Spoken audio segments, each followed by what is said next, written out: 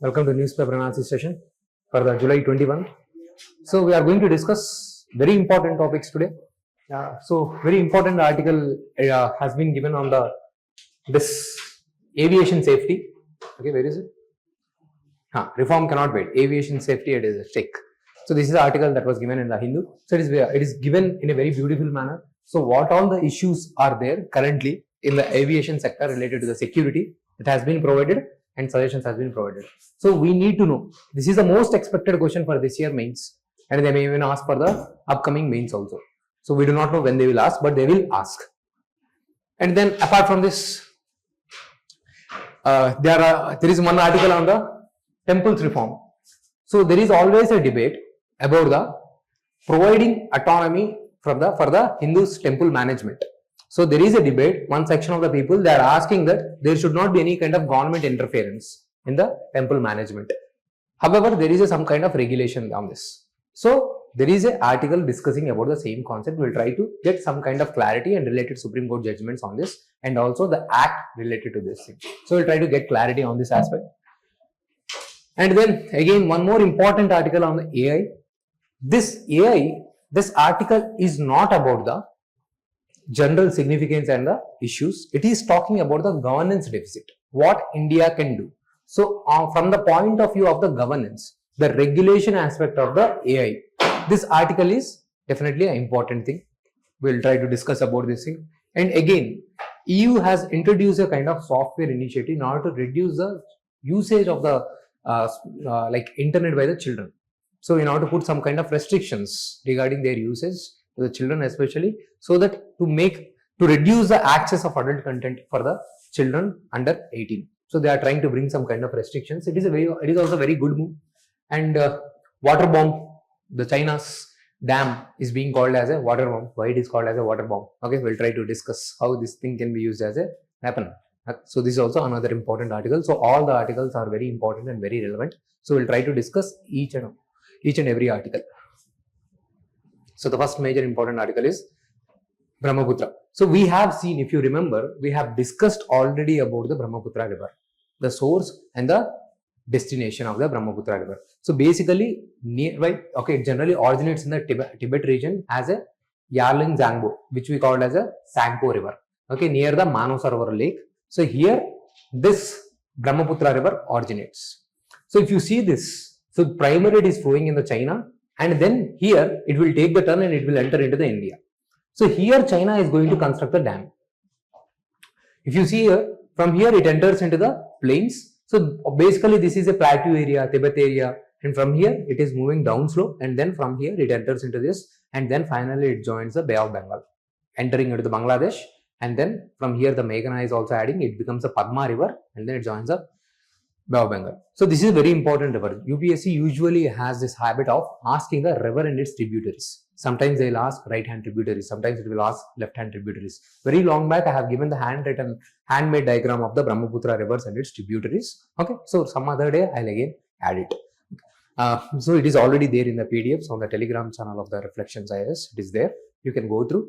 Later on, some other day, I'll try to add at other place. So here I have tried to add different map. So that since I have already given that map, so here I have tried to take up the India map. So see this, whatever the diagram it is there here, it is very important diagram. So you should have very good clarity, because these are the major mighty rivers of the India. If you see this Ganga, Yamuna and the Brahmaputra in the North Indian section, these are the mighty rivers. And these are the rivers that are causing a huge amount of the floods as well as the pollution also. On the Yamuna, the flooding, the pollution that happens on the banks of the Yamuna because of the huge industries that is present. In the same way, the way of pollution that happens in the Ganga region, in this UP, Bihar area, because of the poor solid waste management, because of the dumping up of the waste material and all. So these rivers are always in the news, either because of the pollution or because of the floods. Same is true with the Brahmaputra. Brahmaputra river is known to cause the floods in this area. So generally what is happening here is, from the mountainous areas, this river is entering into the plains. So this river is mighty young river. They carry huge amount of sediments from here. All the kinds of materials, rocks, everything it will carry from here. And any kind of disturbances here, it will cause to shift of channels in this zone, in the plains. So basically the river is traveling in this direction. But with this nature, since it is a very mighty young river, okay, it will tend to change its direction in this way or sometimes in this way because of the sediments deposit. For suppose I am traveling in this way. If there are sediments, I'll take it this direction. If there are sediments here, if anything kind of obstacles, I'll take this direction. In this river, this thing happens a lot. The reason is it is coming from the mountainous areas, which has huge amount of the sediments, erosion activity, very strong river, a very huge voluminous river. So huge amount of erosion happens. So it is carrying huge amount of sediments with itself. As it is traveling in this journey, it will drop the sediments. Then again, river will change its path. It will drop the sediments there. It will again change its path. So it is natural for the river to change. And the second thing is this is a zone of heavy rainfall area. So again, this is the reason why this region causes a flooding. So this thing, keeping this thing in the mind, now understand. And this is the area, this Assam area and all, this Guwahati and all, we call it as a kind of plain area. This is also very good for the cultivation of the crops as well as the tea cultivation in the northeastern part of India. So this is very important for us. Reason why? One thing is because of the flooding, it is significant, and also because of the agriculture activity, especially in this area, it is significant, and also for the water purposes. And also we have seen one-horned rhino. Okay, we have also seen a dog here. Okay, even I forgot the name. What is the dog name? I have mentioned something. Okay. So anyway, so this is the area which is very good in the biodiversity, this Arunachal Pradesh area and the Assam area. So biodiversity wise, agriculture wise, and also for the water purposes and also for the flooding purposes, this river is significant for us, right? So now imagine a scenario if China is constructing a dam here. Sometimes some issue might happen to the India and the China. So suddenly they will raise the gates of the dam. We do not know, we do not have any information whether they are raising the gates or closing the gates. If that is the situation arises, so this may cause enormous flooding in India. This could be one kind of fear that India has. Second thing, now they will restrict the flow of the water. At this stage, there is already mighty river. We have good amount of water, but still so many people are dependent on this thing. If they restrict the large amount of the water, so this will hurt our agriculture scenario. And next thing is, we have discussed while discussing about the earthquake. If you can recall, what is this zone comes in? Zone 1, 2, 3, 4, 5. We have discussed 5 zones. Which zone it comes in the earthquake? 5. Okay, zone 5. This is a zone which can attract huge amount of earthquakes. I have already told you. So there are predictions that we might get very big earthquake when we do not know. It might happen tomorrow, day after tomorrow, or after 100 years, 1000 years, 2000 years, we do not know. But major earthquake is awaited here. That day we have discussed about the article on the earthquake also. We need building reformations, reconstruction and the redevelopment of the certain buildings as per the national building codes. As per the NDMA codes, we have to reconstruct and redevelopment of the certain buildings. That's what we have discussed. Now imagine a scenario if there is an earthquake here. So those gates will be destroyed. They cannot withstand those kind of things. So it may cause huge amount of the flooding in the Arunachal Pradesh and Assam. So that's why India is concerned about this project. So what is the issue? Simply, China is constructing a major dam. Now we need to have the clarity why India is concerned. On the other hand, Bangladesh is also concerned because it has to cross the India to enter into the Bangladesh, the river.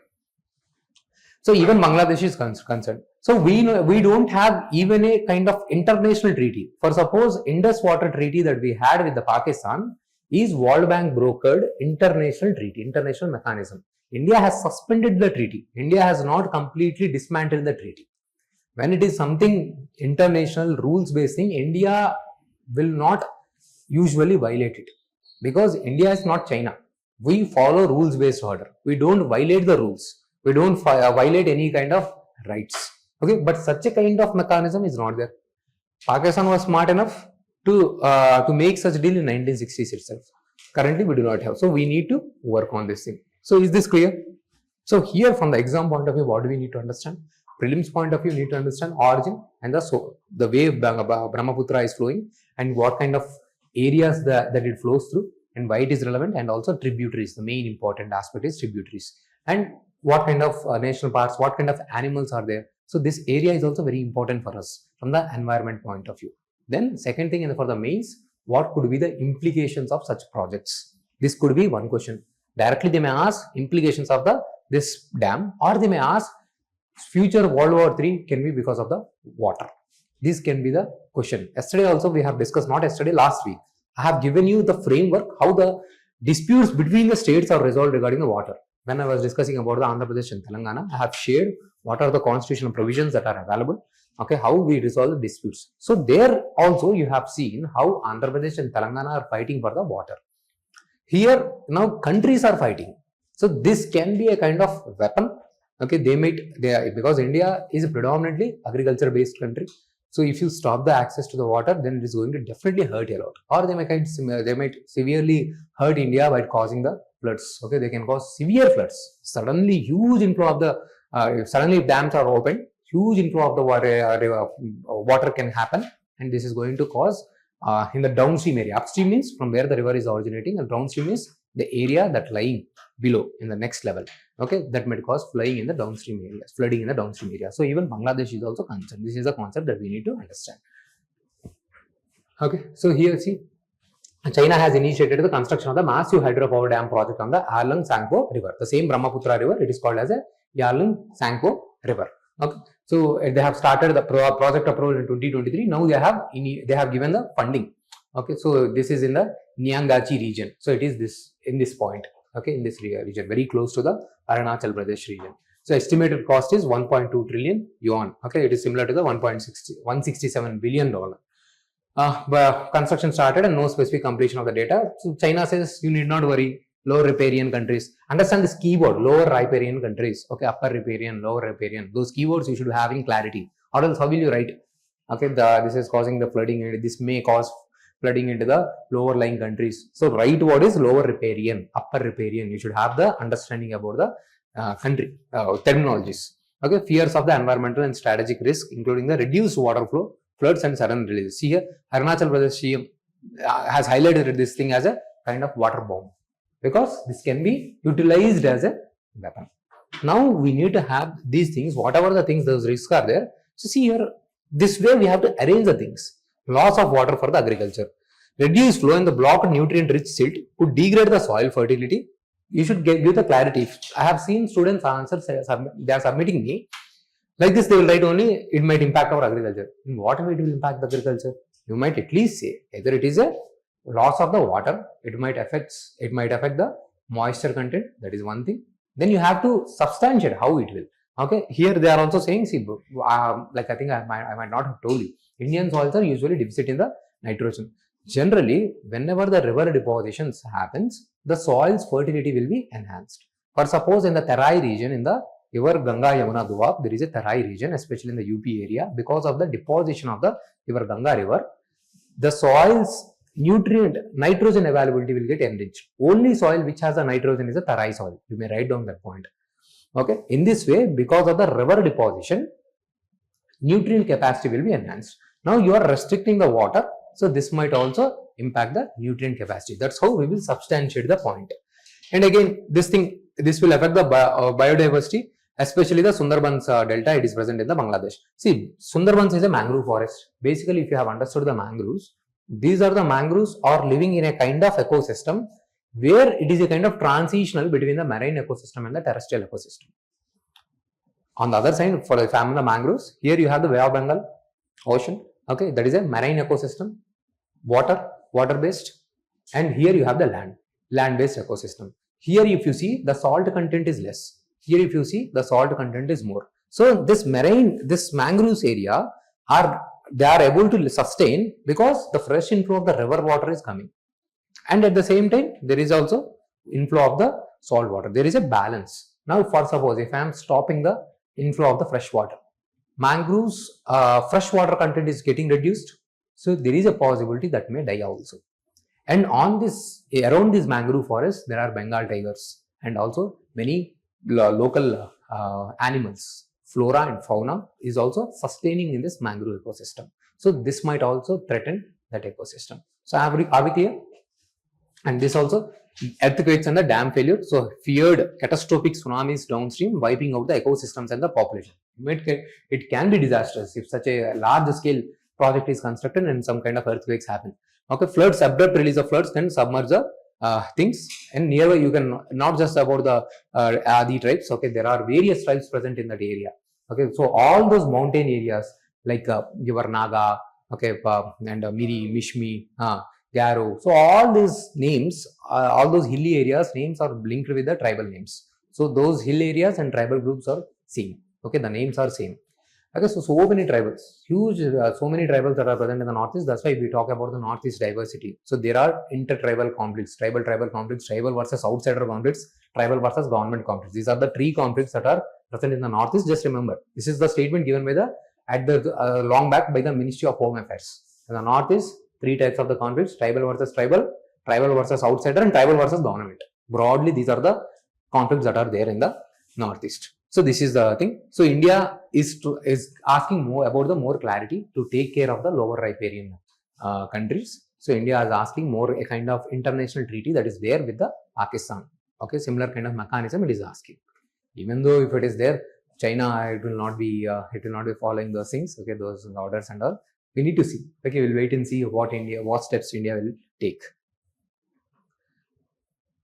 Now, so this was the article given in the Hindu, and it was written by the Syed Akbaruddin. So we need to see what is the essence of this article. See, AI is going to rule the world. Okay, like say for suppose after 1990s when the computers were introduced and the smartphones, everything, the change is happening so quickly.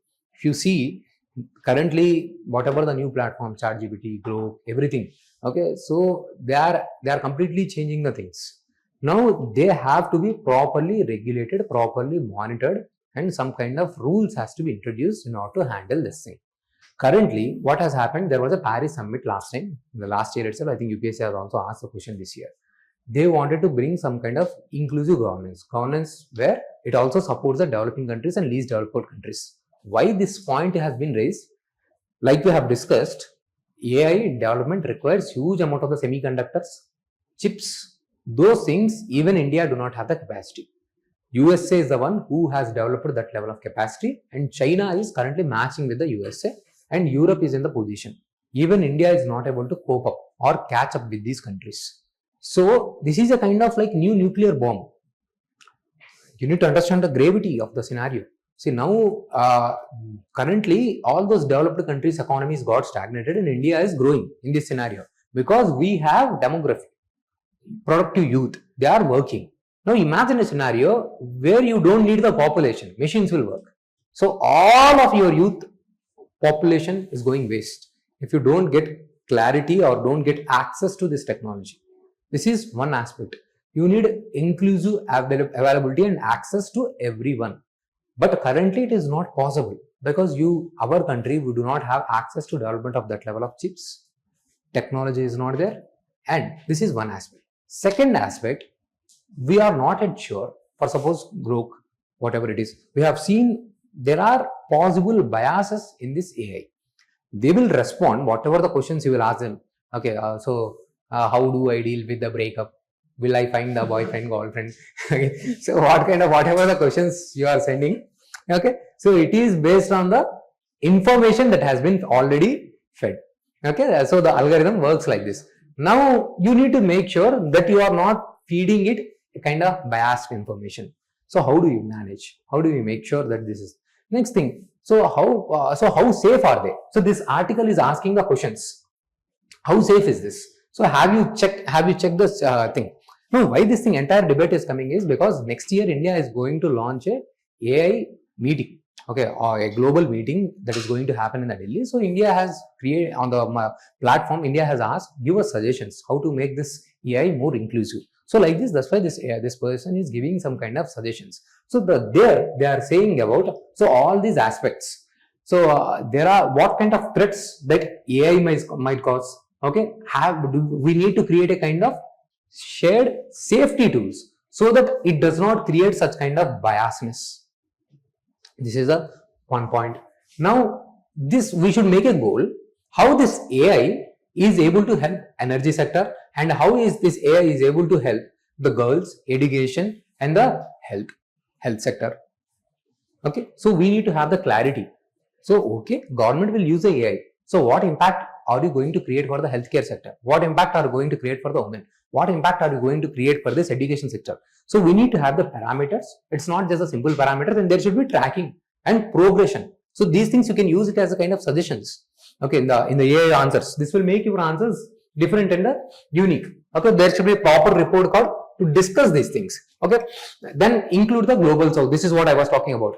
there should be a creation of the funds, AI for billion fund, funded by the bank or the Gulf investor for cloud access, fellowships and the local data. This is what I have said. We do not have the funds to develop those kind of infrastructure.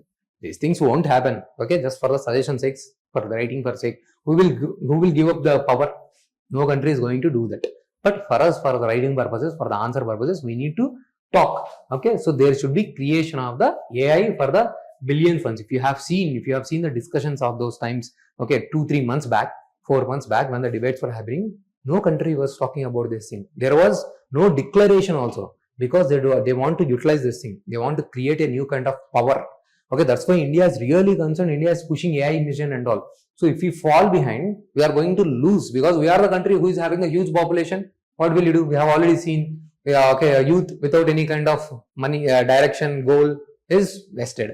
Okay, so this is going to cause a problem. But this article is saying the suggestions. So track progress, create funding, and what kind of safety mechanisms that you are going to create. So we have seen really various security threats. Data is also, it is not present at one nation. Okay, so currently, for suppose you want to watch movies and the Amazon and Netflix, so you will be giving data. Where are those data shared? So what kind of movies this girl is watching, what kind of movies this boy is watching, so everything based on that. Now Amazon can become even a greater giant. Now whatever the local platforms, for suppose any local one, Zee Telugu, ETV Win, okay, so they do not have access to such a large level of data, so they cannot acquire such kind of movies. So the competitive edge the Netflix or Amazon is getting is huge. So data localization is not happening. So this is also they are talking about such kind. How do you include the global south? How do you make sure that data localization happens? And propose balance rules. Offer a voluntary frontier of AI code. Share test results in 90 days. Disclose computing power. Set up accident hotlines. And then middle ground between the heavy and the light regulation. What is this point is saying is, see, European Union is saying there should be very strong regulation of this AI. USA is saying don't have any kind of regulation, liberalize it. Okay, so that's why even during the Paris meet, any kind of declaration or signing signature did not happen. So now this article is saying find a balance, because now India should drive this thing. India should arrive at those commitments, because generally there is a kind of a good acceptability for the India, because even on the digital platforms, for suppose UPI has been spreading to the Southeast Asia, African countries, South American countries. We have seen wherever we are going, they are also adapting our UPI technologies. So India has a kind of good soft power. It can leverage its soft power and can arrive at a kind of such a neutral decision, a balance between the strict regulation and the liberal restrictions. Okay, because this also consumes huge amount of the power. So a report card has to be released by this AI. How much threatful it is, how much amount of power is being consumed.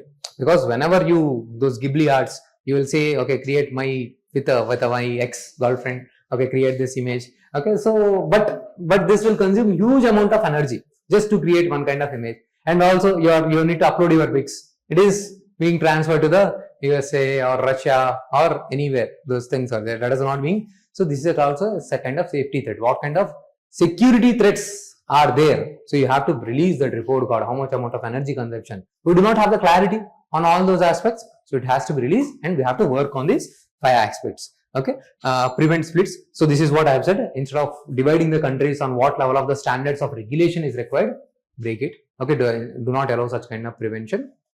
Work on the inclusive platform. So these are the 5 suggestions given by the article.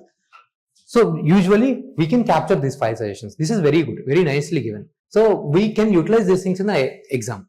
Okay, what kind of in a way forward? For suppose they are talking about, okay, discuss the significance or challenges. They will give the broad question. Okay, so we can talk about these kind of suggestions. India can do this thing. Even in the essay, we can talk about it. India is trying to become a global leader. Okay, South leader. So we can make sure like this in the upcoming meeting in the AI, this thing can happen. Okay, in the 2026 summit that is going to happen in the Delhi AI Impact Summit. But currently we have seen no one is focusing on this. Wars in the Ukraine, West Asia, trade barrier, everything is going on. Okay, so everyone are occupied on this thing. So India having huge success with its credibility and success in the Aadhaar and UPI, India should demonstrate this thing also. So are we clear? So we are already aware what kind of challenges AI has for the India. See, we do not have those kind of semiconductors manufacturing thing design in the India. Okay, we don't also have, see, for suppose we don't have ChatGPT or Grok, these kind of models in India. India's own models we do not have those things. Why? Because we do not have access to such a huge level of data. In order to develop those things, we need chips, semiconductors, okay, which are currently being manufactured in the USA. Those NVIDIA, okay, which we have said, okay, USA also has these restrictions. Only 50,000 semiconductors can be sold to India. There is a restriction. Still, we are not at that level to utilize. We are only able to utilize only 10,000, 20,000 only. We do not have such an infrastructure where we can use such a level of semiconductors also. So they don't have any problem up to selling up to 50,000 semiconductors. Okay, so we are not even utilizing even that level. Okay, so forget about those imports. Secondly, we do not have the capacity to manufacture them. If you have to develop those things, if you work now onwards, it might take 10-20 years. It is not that easy. 10 to 20 years. See, China has planned very ahead. In the 2000 itself, China has planned regarding the energy crisis and also on the advanced technologies. So that's where the smartness of the China is. Somewhere we are struggling. So now we are making targets of 2047. In the next 20 years, we should become energy security.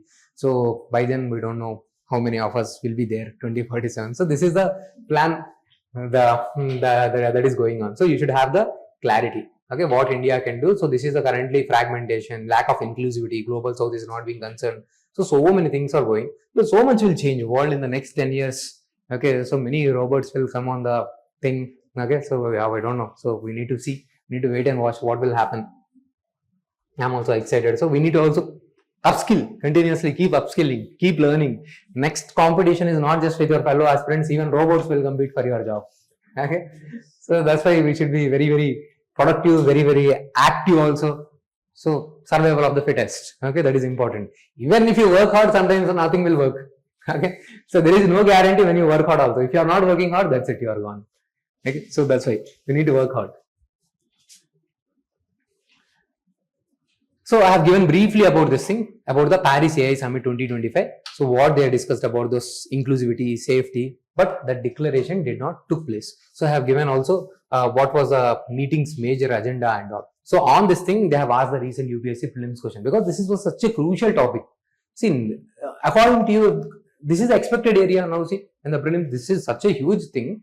Major meeting is happening. Okay, so and also it was chaired by the France as well as India. So question is expected from that.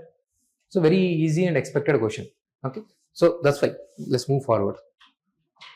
Now, temples of the social justice. Now, in this article, they are discussing about the controversy. Like I have told you, there are two types of the people. Okay, in India, you have the temples. These temples are controlled by the government. Okay, so donations, because so many donations in the thousands of crores. Okay, the donations are going to the temple. So whatever the donations you will do, so the management will be handled by the government. So usually what the government will do, after taking care of the temple requirements, the surplus money are used by the government for various other developmental activities. For suppose in the Tamil Nadu, they are using for the health, education, the university purposes, okay, through the proper act. But on the other front, there are sections of the people who are saying, okay, government should give away the control. Okay, government should not have the control on this temple management. Leave it to the priest. Okay, whoever the spiritual people are there, whoever the like pujaris or whoever is there, they can better take care. Why are you interfering in the religious matters? Is this a secular thing? They are asking to the government. In a secularism, what is the definition? State is neutral. State does not have any religion. State should not interfere in the religious matter unless it is required. What are those three grounds on which state will interfere? Public order, health, morality. This is the ground. Now they say, for the Muslims, there is what is the properties? What is that called? Waqf board. There is a autonomy, necessary autonomy. So Waqf board, this is a body which takes care of the religious, whatever the property is there, management of those properties, funds, how the funds will be received, what kind of construction activities, what kind of activity that is done. So it will be taken care by these Waqf boards. There is a considerable autonomy, but here there is no autonomy. Okay, so this is a kind of anti-secular. Okay, this is not a secular activity. Okay, so this is what the counter argument is. That is the first thing. And government says, see, previously in the history, what used to happen is there used to be a discrimination at the temple level. So whoever the positions that you like say to handle this temple activities, they used to be reserved for one particular community only. some particular community from the upper caste. So they will reserve these positions. So what the state or the government argues is previously, so that in order to know, not create any kind of discrimination towards any other community, for suppose temple restrictions or any kind of activities. And also second thing is, because it is generating huge amount of funds, huge amount of the money, so mismanagement can lead to the loss of the money. So that's why these are the two reasons given by the government for the better regulation, to reduce any kind of discrimination, and also to utilize the funds in a proper manner. We are utilizing the funds. This is what the government's argument is. So how the history has evolved? See, here in the British era, it was in the 1817, the East India Company created the religious endowment regulations to manage the temple lands and the funds, focusing on the administration without interfering the rituals. So here one more important point that you have to study is this Shirur Mutt case. Don't forget this case. This case will be helpful in various places. See, in the secularism, so I told you government can interfere in the public order, morality, and the health. So when government is interfering, it will not interfere in the pure religious matters. For suppose, if any person is a Hindu or Muslim, like say, if there is a person of Muslim, his core activities like namaz, offering namaz, rosa, or in the same way in the Hinduism, like whatever the rituals are there, visiting the temples and all, these are considered to be core things, the core essence of the religion. So government cannot interfere and stop those activities. You cannot offer namaz, you cannot offer the any kind of rituals or any kind of things to the god or goddesses present in the temple. You cannot construct the temple. These are the core religious activities. But non-core activities, for suppose, okay, where to construct the masjid, okay, for suppose even in this case, what is the Babri Masjid case, okay, the masjid, okay, that way divided. So there can be construction of the masjid anywhere. This is not a core activity of the Islam. So their state can interfere. For suppose in the same way, okay, women were restricted in entering into the temple activity. So now this was not a core activity. Okay, so that was intervened by the government. In the same way, like say in this, what is that? That was I was talking about the cultural activity in the Tamil Nadu. What is that? Bullfight. I forgot the name. Jallikattu. Jallikattu case. It was also not a core activity. So it was a cultural issue. So this was a basis. This judgment is a kind of base. Shirur Mutt case. Very, very important. So here they have divided the activities into the religious core activities and the non-core activities. So government or even the courts can interfere in the non-core activities. Okay, in the core activity, for suppose, okay, Muslims saying that, okay, marrying more than one woman. Okay, so that is our cultural practice. If they say, okay, it is allowed in the based on the Sharia and all, but that is not a core activity of the religion. As per the constitutional values, it is not acceptable. Be it triple talaq, whatever it is. So government has right to intervene. That's how triple talaq has been banned, right? So this is what the division of the basis for the core activities and the non-core activities. Now they say this utilization of the money, it is an administrative activity. This is not a core activity. Government is not interfering in the religious matter. This is what the argument is from the government or the Supreme Court side. Okay, so non-core activity. So if they ask you points, so that is a Shirur Mutt case. There is a one activity that you will talk about. Second thing, mismanagement of the funds, and third thing, management of the temple administration without any kind of religious bias or the discrimination, which was happened in the historical case. You might be aware when you studying the history. So temple entry restrictions, whatever the priestly positions, whatever the priestly positions are there, that were also reserved for particular committee. There was also debate why only one section of the community should hold those positions. Anyone can be trained to get that position. So that's why to maintain that kind of neutrality, those things, certain government's involvement is required. That is what the government arguments are there. Okay, so this is the thing. See, arguments again is the government control. Now, what are the arguments? See, first let's start with this. In the social justice reforms, this is a historical thing. Self-respect movement. Okay, so this was talking about the temple regulation as a key to the fighting the caste discrimination. So this was the historical basis why such a kind of regulations was introduced. Government's role oversights ensures the temple resources benefit everyone, not just the elites. Without it, social equality suffers. Okay, temple historically excluded lower caste, those things. This was the arguments that are being provided. Opposing the government's control could undo 100 years of the reforms. So these are the things why we are against the liberalization. Okay, so arguments against the government control. See, violation of the religious freedom, that is a point of the secularism and all, discrimination against the Hindus, mismanagement and the corruption, funds diverted for the non-Hindu purposes, example in the Tamil Nadu. And what is the guarantee? Government itself is doing the corruption. But they are saying, whoever the people they are receiving the funds, they will be able to handle them more effectively without corruption. Government also has a corruption. So those leakages can also happen in those things. Once you divert the fund, what is the guarantee that there is a tracking and all? So these are the arguments. So see here, only Hindu temples over 400,000 nationwide are controlled. Mosque, church, gurudwaras remain free. Violates the secularism and the equality under Article 14. There should not be any kind of discrimination. This is the point. So land encroachment, poor maintenance, all those things are reported in the Tamil Nadu. Colonial legacy. This is not the Indian introduced. You are just following the practice that was introduced by the British. Things has to change. This depletes the temple income, affecting the traditions. Example, Tamil Nadu temples forced to sell gold or face depletion for the non-religious users. This is happening in the Tamil Nadu. So there is a strong counter argument that there should be freedom to manage the temples.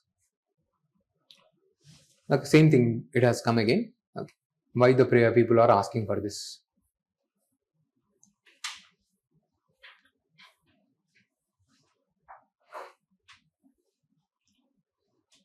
Okay, so this was a major act, Tamil Nadu's 1959 Act, Tamil Nadu Hindu Religious and Charitable Endowment Act allows trustees with approval only, okay, to use the surplus fund for purposes like building colleges, universities.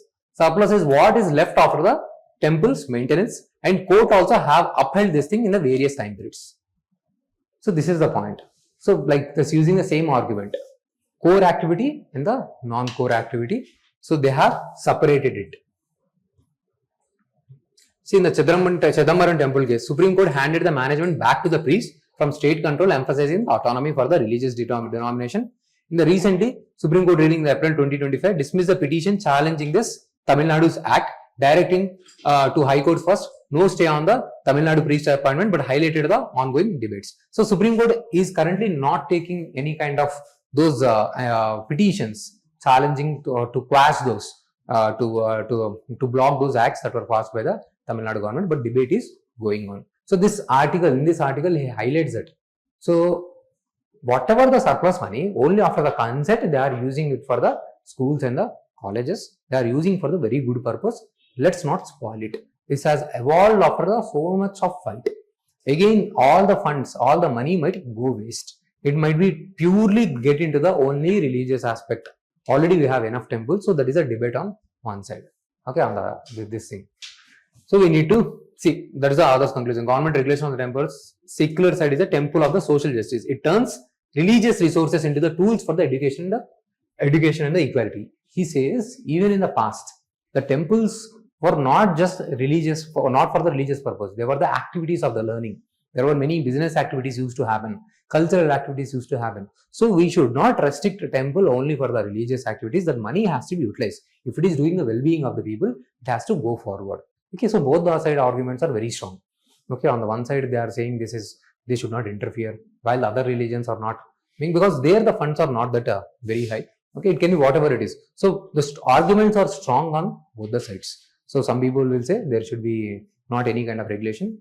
Some people will say there should be regulation. For now, you need to get the clarity. Later on, as you go on, when you understand more debates and discussions, then you might get a very clarity stand. Say what stand you will take. So any stand you will take, if say in an interview, if they ask you any stand you are taking, so you need to be able to justify that stand with the right values and the principles. That should not look you are a kind of biased person, narrow thinking person. Okay, so you should be able to justify with a broad thinking which is inclusive. It's not that you should not be a religious person. You can take a stand, but it should also incorporate other things as well. So you should be able to provide a suggestion which you are protecting the interest of the religion as well as taking care whatever the current aspect is going on. So something you can provide a kind of solution for that also without doing any kind of harm. Okay, that's how you should be able to know. So okay, section 36 allows diversion of surplus funds with approval. This is the point. Permits funding for the colleges or universities, including the Hindu studies.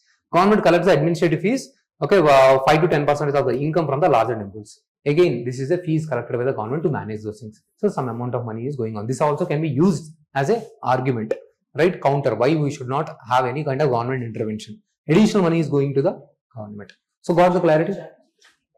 Tamil Nadu's Act, State Endowments Act. Okay, every state has its own act. This is an example of the Tamil Nadu Act. Okay, so what is a broader word that we use is HRC laws, Hindu Religious and Charitable Endowments Act.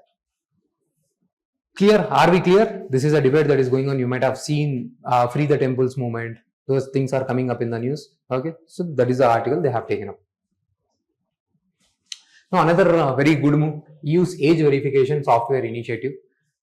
So this is a part of the Digital Service Act. So what is happening? So these days children, okay, they are using a mobile phone. During our times, or at least my time, okay, so I have used mobile phone probably after college only, the smartphone and all. Okay, so these days, even for the schools, they are taking the mobile phones and all.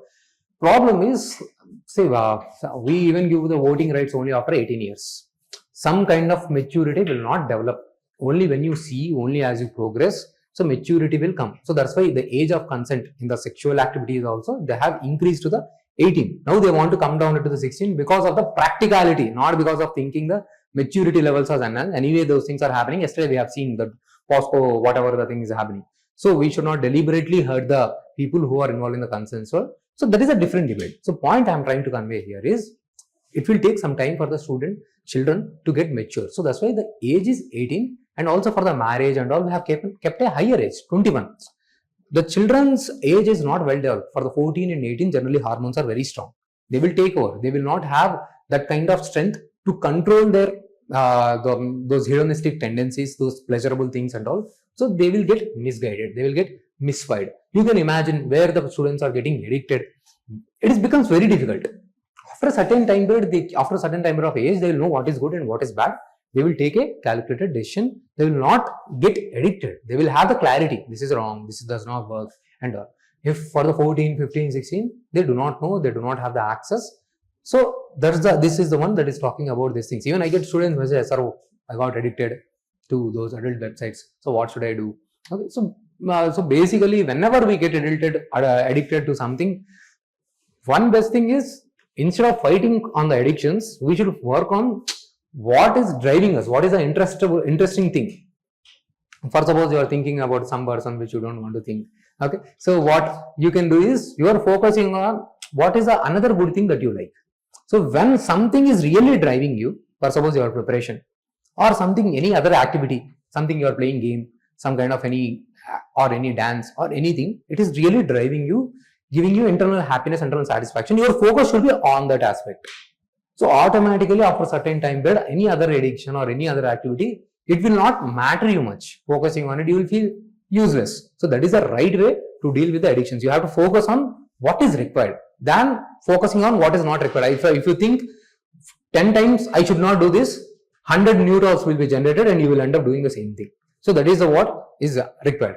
So here they are talking on the technology aspect, how to deal with these addictions. So basically they have like our Aadhaar, they have some kind of app where it will take care of your data. So now they are talking about developing a user interface. For suppose if any person visits any website, so they will cross through this user interface.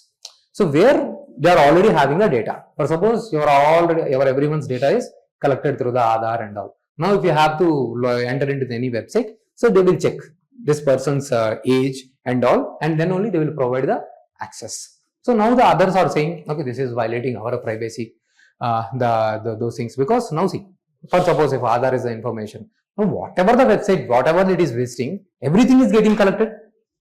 Everything government is, they don't share those things, they don't involve in those things, but still they are getting access to all those informations. Okay, so it has been late. I think this is not the right time to do those things. So even the websites, whoever the websites, they are saying that it is not our job to check the age. Okay, why should we be concerned about? For suppose if there is any XYZ website where they have to check this user interface and then they have to approve. Okay, this person is above 18, they can visit our website and all.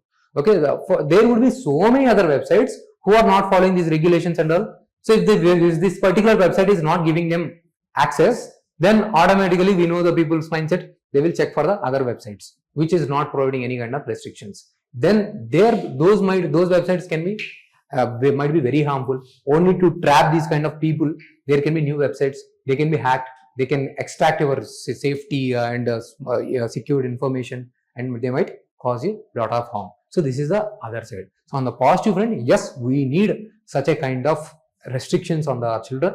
Okay, but at the same time, they are trying to work on these ways. So for the suggestion purposes, we can add those things. Even like say I was talking to one of my brother, yeah, why to give the mobile? I think we can stop the mobile. Or I was asking their opinion. How do you handle your children by not getting access to digital phones, smartphones and all? So they were like, see, at the home we can stop. What is the guarantee when they go out? It is very easy to grab a smartphone from anywhere, hide it. Okay, it is very, very difficult. Okay, so even many parents are also struggling how to handle these things. And everywhere, even in the schools, they are talking about using the smart boards, tech-oriented studies. I don't understand what LKG student, UKG student will understand through these things. Okay, so there were also talks going back to, again, original things, normal boards, okay, without use of technology and all. So because of these controversies. But that would be very regressive. So we have to find a balance where there is a balance between utilization of the technology and those things. So clear? So you need to have this clarity where they are talking about privacy protection. Okay, so this is a part of this thing. European Union is testing an app-based age verification system to protect the minors from the online adult content like pornography, announced on the June 21. As this is a part of Digital Service Act. This line is very important for me. Okay, because there are various things that are happening to children, especially like I have told you even before. Children are the now main target. Okay, after 21, 22, hopefully, at least on speaking on the positive note, most of you will become really adult and mature enough to take the right decisions. Children do not have that maturity. Okay, they can be easily get manipulated. Okay, so that's why these business things, those websites, even I was watching some movie shows with my some children's and all. Okay, even they don't look like me, look to me as a kind of children's animated movies and all. Okay, even I feel like, okay, some kind of double meaning kind of things. Okay, where they were showing, okay, he was showing six packs. Okay, this was one shown for that, like for the 10 to 14 age groups. Okay, that thing, that aspect is not required. From then onwards itself, becoming too conscious about the body.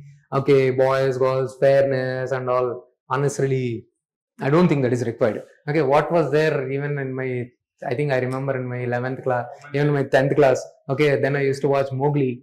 Okay, Jungle, Pata Chala Hai. That okay, in 10th class, I remember watching Cheddi Pen Ke Phool Khila Hai. I was watching those things. Okay, now, okay, like even 10 years, 9 years students are watching animated things. So those things are going on.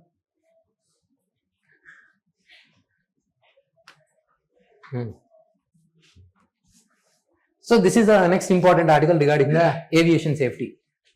So what has happened after the accident? So you might have heard this thing in the news. So there was a turn off of fuel. So whatever the fuel that has to be supposed to go, that switch has been turned off. Now it is not clear whether that it was because of the any kind of problem in the machine or any pilot deliberately turned it. So there are instances, sometimes pilots, because of their psychological issues, because of the huge stress, they may also do those things, but it is not necessarily in this case the pilot might have done. So something is going on, something is, they are making it as a something pilot might be responsible. That is how the reports have been so far projected. So pilot might be going through some kind of psychological trauma, so they might have turned off the fuel supply. So that's why finally it got met with the accident. There was no fault any kind of fault with the equipments or any kind of with the aircraft. This is what currently the news article says, but still it is not clear whether he might have done or any pilot might have done or any kind of machine damage or anything. So far we do not have the clarity. Okay, but if it was his thing and all, okay, I do not know, but they tried even till the ending, right? The pilots, they did not, they could have jumped off, okay, knowing that this is going to take a hit and all, but they were there till the end. So we do not know. Okay, so now this is taking us to that thing, to that investigation. So what kind of overall in the aviation safety? If you remember, we have done already issues in the civil aviation industry of India. Broadly, we have seen MRO, airport infrastructure is very less and all. Now here we are specifically talking about the security related aspect. So prime thing is about your pilot's mental health. How far he is mentally alert. So basically there will be test. So I was going through some kind of discussion. So if he is not mentally alert or any kind of he is going through the mental trouble, then he will not be allowed to fly. But this article says, no, this would be a kind of additional stress on him. So he will hide, so he will lose money. So for suppose he might be going through some kind of financial problem, or he might be under stress. Now you are stopping him to go forward. So this might cause further stress or whatever it is. So this is going to cause punishment to him. So there should be some kind of change. This is a crucial thing related to the pilot. This is a point that you need to understand. Crew welfare and the mental health. Punitive consequences for seeking the mental health support. Okay, example, grounding and income loss. Overworked pilots violating the flight duty limits, causing fatigue, cabin crew undervalued as safety personnel. So on one side, there might be overworking pilots. On other side, you are punishing the pilots. So this is a crucial aspect. Second thing, lack of trust in the investigation. I have told you, whatever the Accidents Investigation Bureau, that is working under the Director General of the Civil Aviation, I told you that should be autonomous body. But it is not a completely autonomous. So we do not have the clarity or credibility of this investigation process. So we should make sure they are properly making sure that autonomy is there. We get the credibility. Okay. So no genuine emphasis on the safety across the layers. So when you talk about the safety, it is very comprehensive. You need to talk about the pilots, whoever the crew that is there within the airport, and also air traffic engineers, air controllers, officers, everything. It is not about the one aspect. It is not about just about your Airbus. It is about multiple things. So on the multiple layers, we need the security related aspect. Now this is very important. For sure, there will be some questions on this mains. You need to have this content very well given. Okay, so you don't have the layers of safety across the different layers like aircraft, crew, infrastructure, leading to the neglect and the violations. Regulatory loopholes and the infrastructure hazards. See, post 2008, what it says is, when the aeroplane is flying, so in the nearby, whatever the buildings are there, or whatever the billboards, whatever the advertisements, so they are flying like this. So just nearby airports, whatever the buildings, that should be restricted. The height of the building should be restricted. Or advertisements, lightning, all those things can be restricted, because this might affect during the flight or during the landing. During flying or landing, it might affect. So these things are getting violated. These things are getting bypassed using some kind of loopholes. That is another point that they are talking about. Next thing, air traffic management, severe shortage of the air traffic controllers. You can think of this thing as a kind of traffic police. Okay, and the air traffic police. Okay, they will rule. Okay, which flight is coming, which side. Okay, you take this way. Air traffic controller. No, severe shortage of this person isn't it risky? Okay, and also in the same way, aviation engineers. Where is it? The point here is I mentioned. Severe shortage of air traffic unpaid duty license, no licensing provisions, airline practices, profit prioritization over the safety, and also aircraft maintenance engineers stressed without duty limits. So now, you need to check whether this aircraft is maintained properly or not. Those will be taken care by the aircraft maintenance engineers. Even they are overburdened. So the prime people, pilots are overburdened, traffic controllers are overburdened, aircraft maintenance engineers are also overburdened. There is a very severe security threat, and also whoever the bodies that are involved in this regulation, the airport's aircraft's investigation body, it is not autonomous. So you got very good points from this article. So these things should be taken care of. Profit should not be the main motive, safety should be the main motive. And also, in order to check the standards of the particular aircrafts, we are dependent on the foreign standards. This is what it is being said in this article.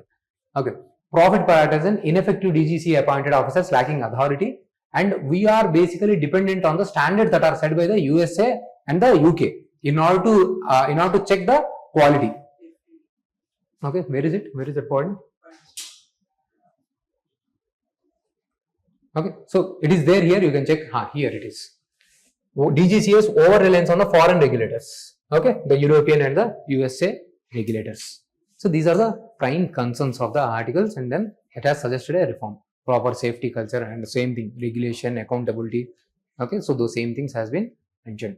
Now, Article 143, we have seen this thing. I'm just giving you the context. We have seen many bills passed by the state government are reserved by the governor. Okay, and the governor was not giving the assent. This is under the Article 200. So governor has this powers. Already UPSC has asked prelims on this question. Or they can then send it to the president, and president has these powers. But generally what is happening is they are not giving any kind of decision on this. They are reserving the bill. Okay, so like this, so many bills of the state government are lying. See, polity topic, understand? They are lying like this without any kind of movement. So then they went to the Supreme Court. Supreme Court has given a judgment of timeline 3 months. Must give the assent, or else it will be considered as giving the assent. But the bench that has given this judgment is 2 bench. Now under Article 143, President has asked the questions, which is a kind of not a binding, okay, the advisory jurisdiction of the Supreme Court. President is asking advice under the advisory jurisdiction to the Supreme Court under Article 143. You have used Article 142. Remember, Article 142 is important, 143 is important, 145 is important. 142 is giving total powers for the judiciary to do the complete justice. Using that Article 142, judiciary has given this judgment. Now, using the Article 143, Supreme Court President is asking 10 questions to the judiciary. Can 2 bench judge provide this kind of judgment, which is supposed to be taken by the constitutional bench, which should be at least having the 5 members under the Article 145. Basically, your Supreme Court is also a court which rises to resolve the constitutional cases. That means any kind of misinterpretation of the constitution, like has happened in the Keshwananda Bharati. So what is the right thing? What is the basic structure? So such a kind of major judgments has to be taken by the bigger bench, which is at least 5 members. Constitutional courts. Your Supreme Court is a constitutional court. It should be minimum 5 member bench. But that is not being considered in this judgment. So can Supreme Court give this thing? Can Supreme Court, is it not a kind of overreach, judicial overreach like this? They have asked the question. Now hearing is going on this. So when under Article 143, President asks such kind of questions to the judiciary, it is not binding on the judiciary to give the judgment, whatever the saying. And that is only advisory. That will not overturn its previous judgments. And whatever the advisory statement given by the judiciary is not binding on the President also.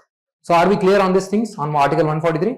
Article 142 is about the complete justice. They may ask independent question on the Article 142 also. Article 143 is about the advisory jurisdiction. Article 145 is about the minimum number of bench number, okay, about the constitutional bench, okay, to resolve the constitutional cases. So it is going to happen. So that's what I have given. Article 200, Article 201, Article 142, Article 143. Please revise this content. Now, one of the important organization, the Resistance Front, which was involved, who has taken, okay, TRF, okay, who has claimed their role in this Pahalgam terror attack, has been considered as a kind of terrorist organization by the USA. So once this is considered as a terrorist organization, now under the UN, there is a committee called 1267. Okay, UN Security Resolution 1267. See, they will pass a resolution under the 1267. Once any organization is placed under this, under the 1267 UNSC resolution, that organization will be considered as a kind of terrorist organization, not just by US alone, globally. So they will not be able to receive funds, their movements, everything will be blocked because that is a terrorist organization. Now, next step of the India is to place this under the 1267. But usually what happens is, they'll change the name. This is what happens. So basically, Lakshar Taiba, okay, this is the people say they have changed the name, okay, and they are operating as TRF. Now they will change MRF, okay. So like this, they will change the names and they will again restart their activities. So basically, long-term solution is USA just not declaring that organization as a terrorist organization. They should put pressure on the Pakistan to bring the long-term solution. Okay. Also remember, there is no global definition on the terrorism. There is no definition currently so far. And now for this thing to be approved, okay, all the UN 5 members, permanent members should approve. Okay, there should not be any kind of veto from any one of the member. Okay, so there are totally 5 members, permanent members, and non-permanent members are there, 15 I guess. Okay, so everyone should approve. Okay. Especially there should not be veto from the permanent members. Non-permanent members, majority voting will be there. So this is the article. Clear? So that's all for today. Okay, just revise the content again and again. So topics will keep repeating. If you are new, just stick to the class, stick to the content, read the content. Things will be revised. Okay. So everything I am providing it in the material. Revise the content. As you go on, things will become clear. Thank you.